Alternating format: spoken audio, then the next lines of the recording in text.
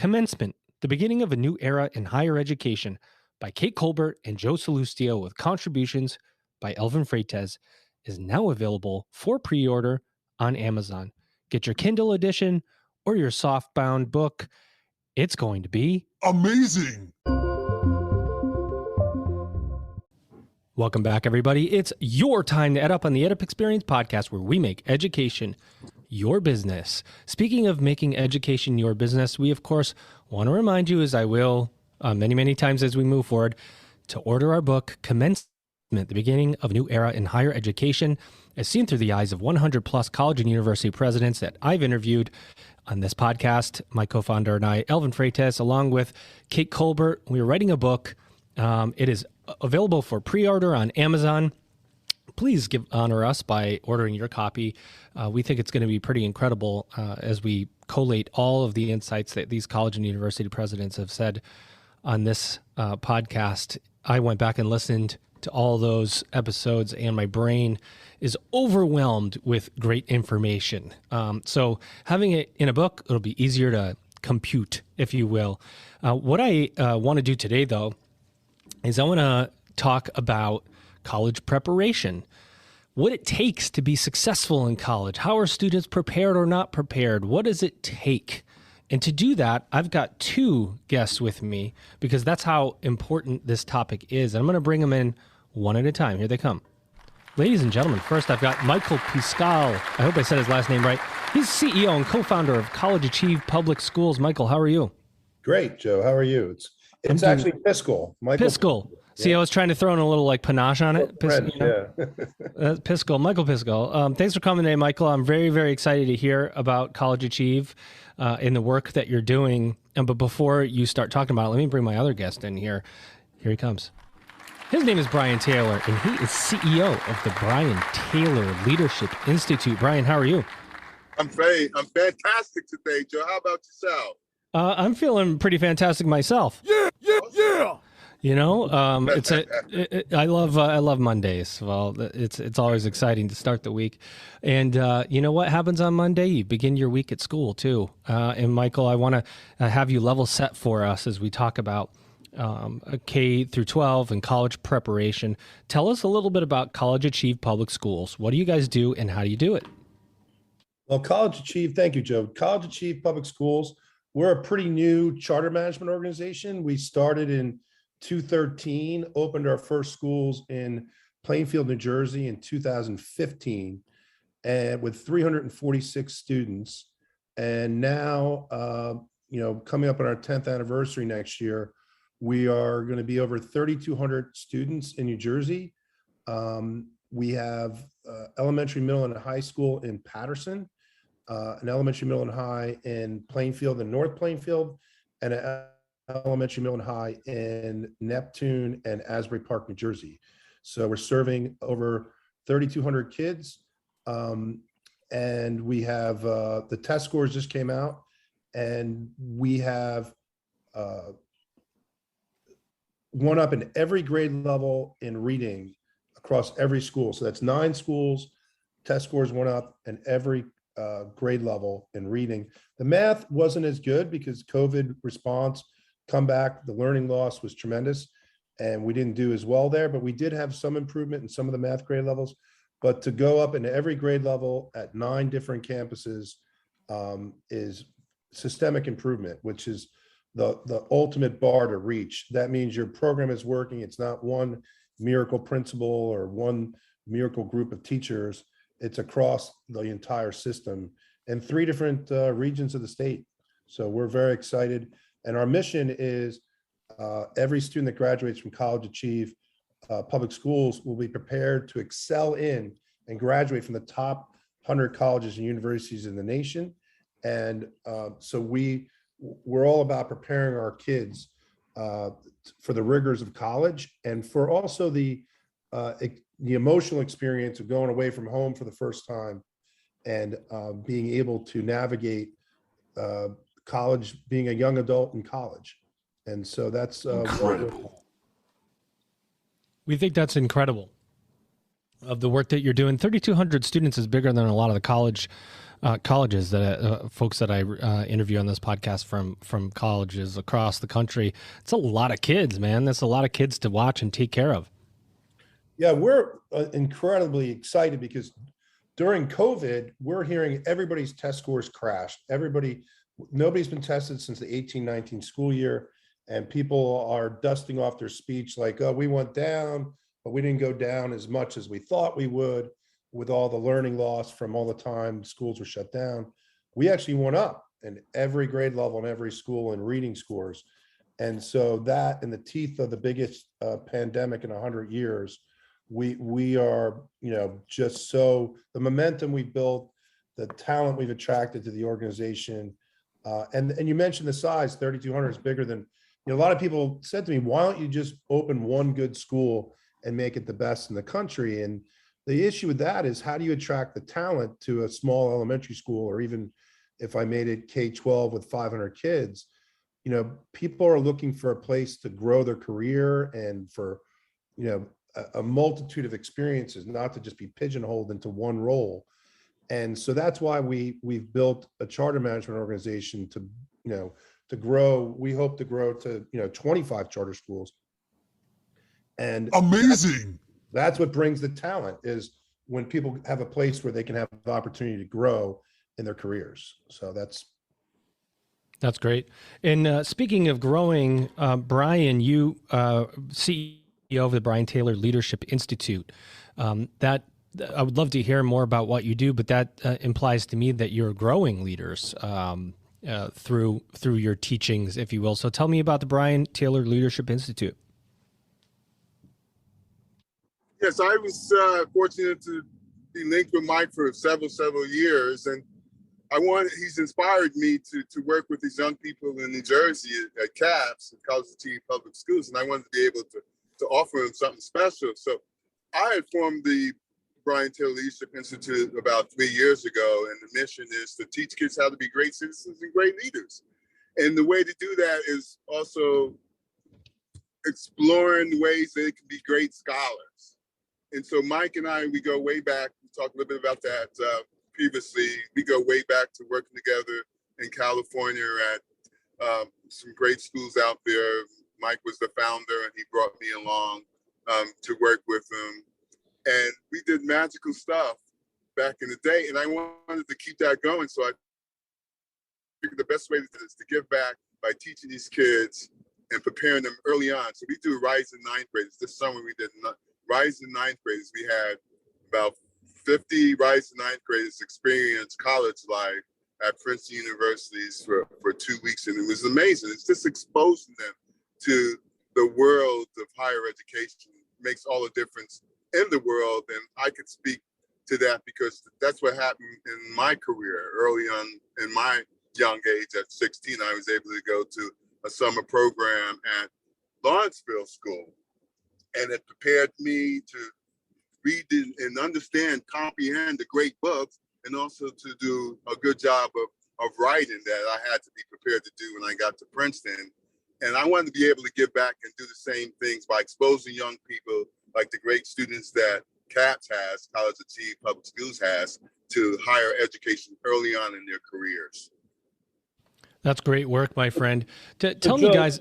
Go ahead, Michael. Jump in and say, Brian and I, like you said, we go way back decades. I think I was in my second or third year of teaching when Brian started at the Harvard Westlake School. We were teaching there in LA, which is one of the top private schools in the world. And they send, over 80% of their students to Ivy League schools and in Ivy League caliber schools like Stanford and Georgetown and MIT and Northwestern and places like that. It is an amazing school. And we really bonded because we were two guys from New Jersey and out there in Los Angeles. And the writing was a big thing. I opened my eyes at Harvard Westlake, how they train kids how to write college level essays. Because I actually struggled in college to write strong arguments. And after teaching 1 year at Harvard Westlake, I'm like, oh, this is how they teach, the wealthiest kids in the world how to write a college level essay. And, when I took graduate school classes, suddenly my papers are being photocopied and handed out to other grad students. So Brian and I, talked about, the huge difference of a private school education from just doing the summers at Lawrenceville Prep. I went to public schools in New Jersey. Brian went to public schools in New Jersey. So, and then when the, 92 riots happened in LA, I talked to Brian about my dream of opening up, a private school in inner city Los Angeles, and he joined my, the board of it. And a few years later, I had a school open, and I convinced Brian to leave Harvard Westlake, one of the best places to be in education in the world, to come start a little middle school on Crenshaw Boulevard that became an incredible school. Brian was the principal of it for, I think, its first 8 years, and it closed the achievement gap in every subject. But the remarkable thing, and they talk about algebra being the most failed subject in America, of all high school subjects, 100% of Brian's 8th graders, not 9th graders, 100% of his 8th graders passed the state algebra exam. So that's where Brian went way back. It's amazing. You guys are doing such incredible work, and you're talking about, how do you shift what's being taught at wealthy schools to schools that are more accessible to the average person, right? And how do we bring those tools, which a lot of times are supported by money, and there's dollars and cents at every level, but how do we bring those tools to kids that may not have as easy access to school or getting in school or staying in school and so on? So you have to provide a different level of support services. I'm wondering how COVID affected you guys. Now we're talking about learning loss, and you said it, Michael and Brian, I'd love your perspective as well. You had high school kids the last 2 years that experienced some things remotely, sporadically, nothing that was completely structured, and now they're going off to college, and there might be some shock. We've talked to a number of presidents. They say these kids are coming in shocked about, because they missed their last 2 years of in-person work, and they did it all online, and now they're on a college campus and they're lost, coming in. So what does that look like? Your kids, did COVID, I don't know, disrupt that preparation that you're able to do at College Achieve Public Schools, or did you thrive? Has it been a grind? Tell me about that a little bit. Well, COVID for us, I think the great shock is, we have this country has become so divided, and the, one party talks about they're the party of science, but we had the schools closed down, especially in urban areas. So if you look, places like Sweden and Denmark, they reopened their schools in days after COVID first struck those places. And we have, a problem with the political structure in this country. We kept our urban schools closed for some places 14 months. Newark schools didn't open until April of 2021. Patterson didn't open until June 1st of 2021. So they were closed for over 14 months. And why you reopening in June, only 400 kids showed up. So we're wondering why there was such tremendous learning loss. And a lot of places, Philadelphia was especially egregious. They were just mailing packets home to kids to do work. They weren't even doing online synchronous learning. So we had our kids online when we did have them at home. We reopened in September and October of 2020. And we're aggressive about staying open all through the pandemic. And because the science was showing us that the kids weren't getting COVID. The science was showing us, in fact, what turns out that more kids died in car accidents than died from COVID in America. But we shut down our schools. Now, we didn't do it in red states and in blue states. If it was a wealthy school district, they tended to be open much more than the low-income districts. So again, our low-income kids, our kids of color, get the worst of the worst. Whenever something goes wrong, it goes really wrong for the poor. And this is where our leaders, again, continually fail us over and over and over again. But in a charter world, we get to make the decisions, and we decide to stay open. And that's why our kids did so well on the testing and why our kids are going to do well in college. But unfortunately, it's going to be harder than ever for most low-income kids to succeed in college because we abandoned them during COVID. And it's that harsh. That's the harsh reality. That's the truth. Yeah, now we got to get them back, right? There's a scramble to get kids back, get them caught up. Brian, what about the Leadership Institute? Is there a preparation piece, an extra prep piece that needs to be in place for kids to be ready for college, especially the last 2 years, the junior, seniors going into college now? And so the beauty of the history of what Mike and I have been able to formulate is that we come from an accelerated background. We teach the kids now, and of course, kids might be 3 or 4 grade levels below, but we got really good in doing an accelerated program where we're teaching kids at least a grade and a half level above. For instance, we're teaching 9th graders out of the 10th grade books. We're teaching 8th graders out of the 9th grade book. So our accelerated model has really helped us in understanding that, and that you're teaching also the pacing. The pacing where you teach to the top quartile of the classroom in the middle is going to be fighting real hard to get there. And then those who are still on the lower rung, we just give them more time on task. And so, as Mike said, our folks were working while other folks were not, and that makes all the difference in the world. And so I'm really proud of the fact that we were able to just get the kids on campus at Princeton this summer, because pretty much Princeton was pretty much shut down. They still had some concerns over COVID, but with Mike and my relationships, we were able to get the kids some great experience and teach them how to analyze art, how to build businesses. They were able to witness great organizations. So actually, there were 2 different presentations that the kids were able to witness of startup companies at Princeton's eLab, Entrepreneurial Lab. So we didn't allow the challenge that a lot of folks had to stop us from exposing the kids to what we know is a great accelerated program. That's great to hear. It really is. There's so much going on as kids now, right? They're transitioning into college, maybe, and they were sophomores going into their junior year now. And now they're going into college for the first time.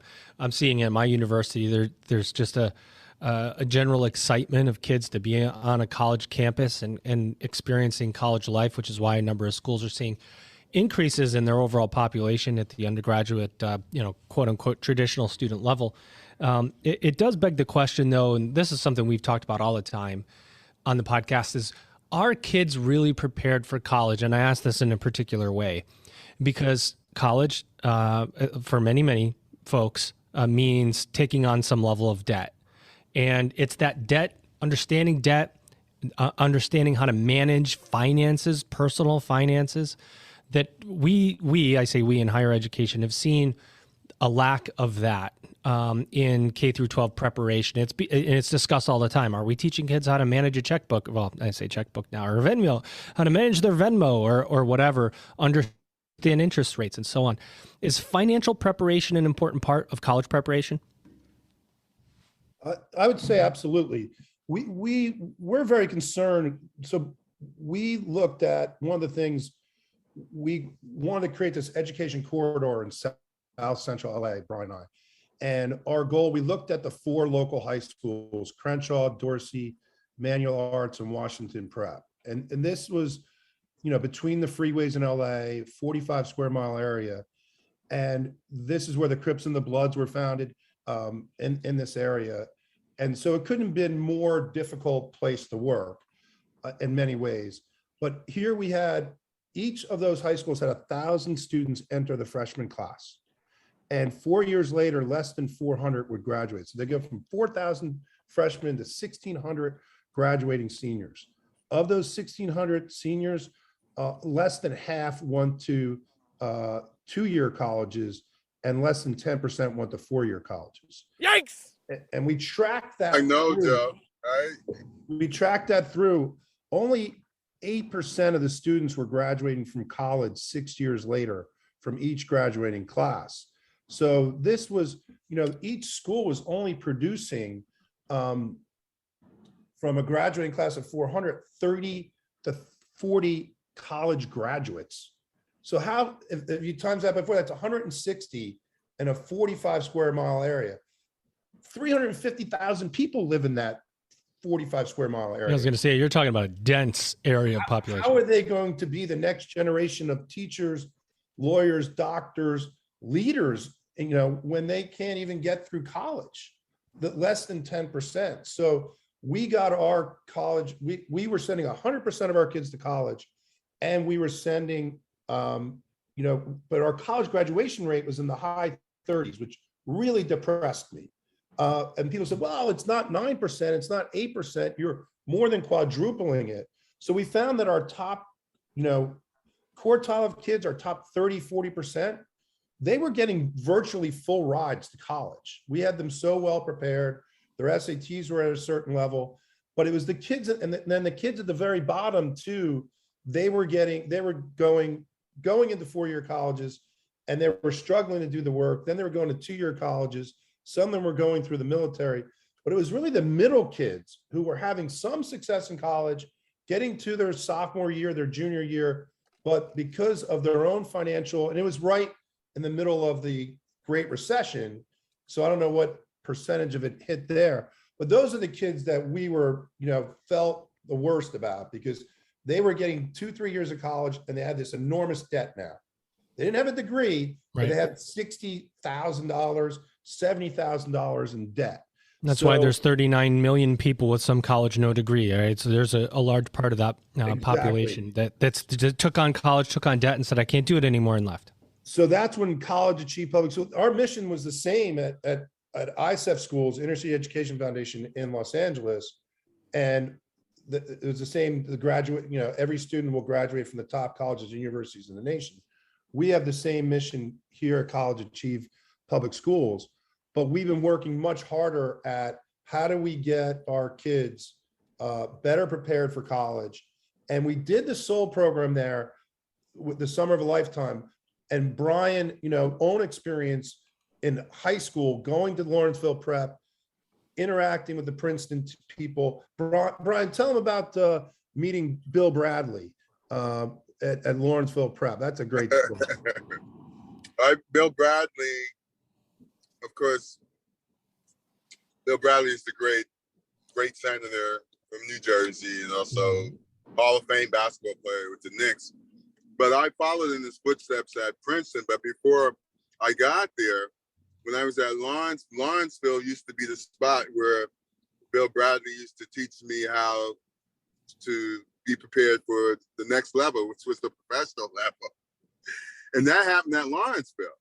I mean, he used to work me out down in Lawrenceville. I still remember the couple of tips he gave me. And I was fast. As a matter of fact, Joe, my nickname is the BT Express because I was so fast. And one of the things Bill taught me, so you got to learn how to slow down a little bit. You got to learn how to shift gears. I like that. So he taught me how to shift gears, not always be speedy, but to shift gears. And that never would have happened if I didn't go to Lawrenceville and have that experience at Lawrenceville during the summer. That goes beyond.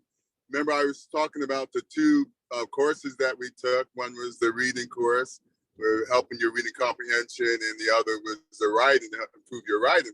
But this was preparing for the next level of college and professional. And that wouldn't have happened if I didn't have that summer of experience at Lawrenceville. It's amazing. What about writing?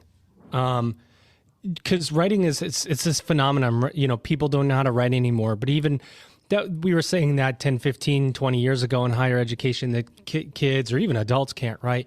And now it's like you're reverse engineering writing because people do know how to write in shorthand text message format using lots of acronyms. But when you have to try to make sentences now, you can't. So it's like you gotta reverse engineer people out of how to write for text and teach them how to put a sentence together again. So it's more complex to teach writing now because people pick up what they think is writing. We see it. I've seen it in my career at the college level where somebody says, you know, submit an essay and it's got an LOL in it. And I'm like, okay, can't do that anymore. Can you guys talk about writing a little bit? What it's like to teach writing these days? We really work on the conventions of writing, and the Tolman writing argument was Stephen Tolman developed at Cambridge University. So instead of the plain, the normal way they teach writing in American high schools, which is thesis, intro, body, conclusion, it actually gives an infrastructure for each section. It's what is your major claim that you're making?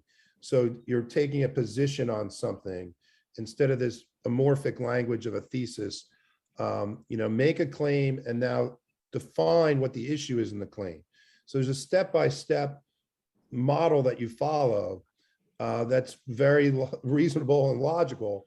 And then what are your 3 examples to, your best evidence to prove the claims? So it's an argument that keeps everything very focused on the claim. And then your conclusion is to consider the alternative. What would other people say you're wrong, and then defeat that, what is your argument that everybody else is wrong? Your argument is correct. So that is something that we train our kids in starting in 6th and 7th grade, and all through high school. They're in every subject. They're doing it in science, mathematics, history, and of course, English. So we even have them doing it in music class. If you're going to be a music major, you got to be able to write about music.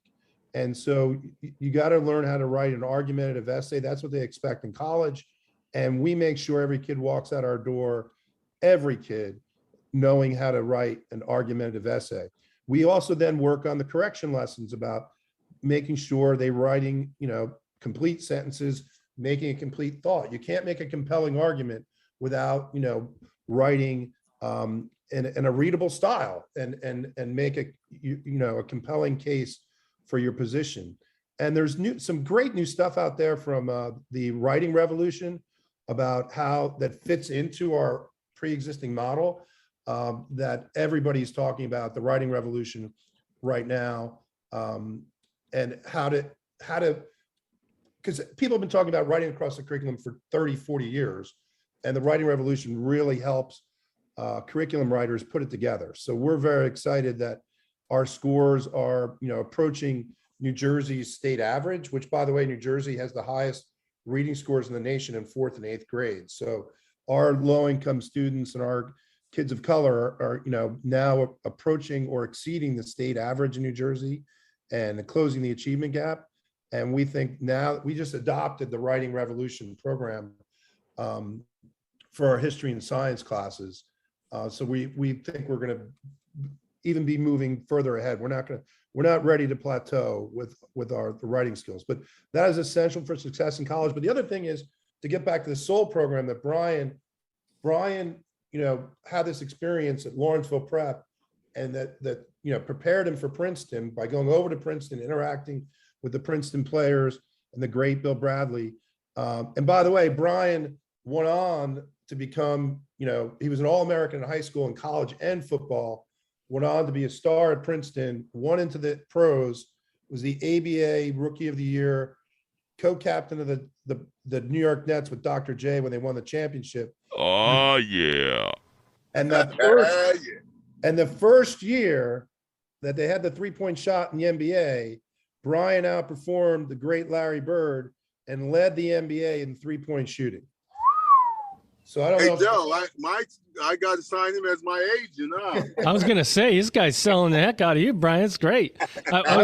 There's that statue at Princeton of Bill Bradley outside of Jadwin Gym. There should be one with Brian right next to him, because Bill Bradley went on to be the great senator, but Brian should be recognized.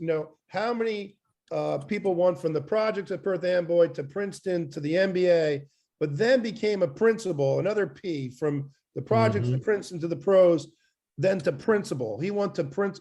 He was a great principal. And, on Crenshaw Boulevard, with a 100% African-American student body, to get every student to pass the state algebra exam, 100% passage rate, close the achievement gap in so many subjects. He should be as well known as an educator as he was a professional basketball player. And I just think it's an untold story about Brian Taylor. And now this program at Princeton, to have our own program at Princeton where Brian recruited 3 professors to teach, Professor Massey, Kornhauser, and Vanderby. These are all, famous scholars, mathematicians, scientists, inventors that have patents, that have done amazing work, pioneering work in their fields. And our students got to experience being taught by these great teachers and got to, experience the arts and the sciences and astronomy and math this summer. And kind of the idea is that, we're trying to teach the kids that they belong, that they shouldn't feel alienated at Princeton, because they are, when we've sent the kids away before, the kids came back and told us, we were the only Black kid in the classroom. We were the only Latino kid in the classroom. And this is something that's much better for them to experience over a 2-3 week summer program than to go away for the first time to college and confront this experience for the first time. Because for a young lady, a young man who's 18, Christmas, Thanksgiving break could seem like an eternity away. But here they come back with 2 weeks, after 2 weeks, and they kind of be able to process it and then get ready for it when they actually go off full time to college. That's part of what we're trying to do, besides the focus on teaching them how to write, a top level college essay, is how do you navigate going to a world that's it's amazing, Joe, how segregated the schools are in America. They're becoming even more segregated. New Jersey, in one study, UCLA study, ranked 4th in the nation for segregated schools, public schools. 4th. The Confederacy had 13 states, depending how you count Kentucky and Tennessee. And that means Alabama, Louisiana, Mississippi, and then New Jersey is 4th. And guess what? California and Illinois, other blue states, and New York are becoming so increasingly segregated, where overwhelmingly either Black and Latino or overwhelmingly white. So our top kids but also white kids are having this same thing. They're going to school with only white and Asian kids in the school. And what's going on? This is the 21st century. We're going in the wrong direction. And we're not going there like sliding that way. We're going fast, like the foot's on the gas for our schools resegregating. So our SOUL programs is a it's a small thing, but it's a significant thing, because we're getting our kids ready for that environment. One big takeaway from that, Michael, is that if Brian Taylor ever wrote a book, it should say, the title of the book should be From the Projects to Princeton to the Pros to Principal. All right, you said it. I don't know if anybody's trademarked that. 4 Ps, yeah. Yeah. The 5 Ps of marketing and the 4 Ps of Brian Taylor. No, it's all about, I can't take all the credit. One of the key distinguishing factors of the success is no different than being a great champion as a professional. Is you got to have great talent. And That's for sure. I had great teachers. I had great teachers that executed the game plan, and that's how we were so successful in bridging the achievement gap. And it's the same thing here. There's no different with CAPS. They have so much talent. That's why they're doing so well. It's interesting. We talk about this all the time. Where's the innovation in the K through 12? What if we don't fix kids, then, when they get to college, they're going to be ill prepared for what college offers, or even any alternative credentialing. That we have to make sure we're teaching our kids the right way. And I'm so glad that I can bring to you, EdUp Experience audience, 2 innovators in the K through 12 space, doing the hard work of increasing quality outcomes, testing scores, overall writing and financial knowledge to better prepare kids for college life and adult life. Let's just be honest, to be better citizens in our alternate reality. Sometimes I think our society is so divided. It's like an alternate reality that we live in, after all the progress we were supposed to have been making. Congratulations, gentlemen, on an incredible journey. Thank you, Joe. It's been a lot of fun. It's continuing to be fun for me. It was a great summer with working with the CAPS leadership and the kids. And I'm looking forward to making it even better and congratulating you for all the great work that you do, Joe. So thank you for having us. Well, thank you, sir. And Michael, thank you for coming on. Thank you, Joe. It was a great experience. I think it's my first ever podcast, and thank you. It's an honor to be on the EdUp experience. And now you're a pro. Now you guys are pros. You're gonna do the rounds out there. But hopefully our higher ed audience will check out College Achieve Public Schools and the Brian Taylor Leadership Institute. One thing I know from being an educator is partnerships are key. We all need to know each other and that we exist. So in those moments that we can help a kid, we remember who to reach out to that's doing certain levels of work. Or when kids need to reach out to a university, you guys are connected with the university partners. So find these guys on LinkedIn, check out their websites. Ladies and gentlemen, my guest today, Michael Piscal. He's CEO and co-founder of College Achieve Public Schools. And let me keep it going here. Brian Taylor, CEO of Brian Taylor Leadership Institute. Ladies and gentlemen, you've just EdUp'd.